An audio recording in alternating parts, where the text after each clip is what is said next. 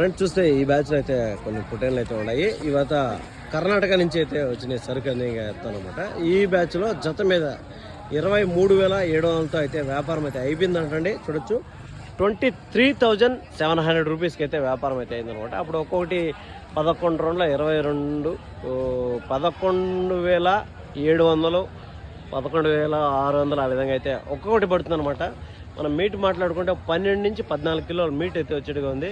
ఇంకా live weight మాట్లాడుకుంటే 22 ఆ విధంగా అయితే ఉంటాయన్నమాట. 22, 23 ఆ విధంగా. 1 కిలో ఇటు అటు ఎగ్జాక్ట్గా కాదు, 1 కిలో ఇటు అటు ఉండొచ్చు అనమాట. చూడొచ్చు ఇవంతా కర్ణాటక అంటే కొంచెం డిఫరెన్స్గా ఉన్నాయి అనమాట. మిక్సింగ్ కలర్స్ ఉన్నాయి. కొంచెం తలకాడ కానీ అండ్లకాడ కానీ కొంచెం కలర్ అయితే మారేనమాట.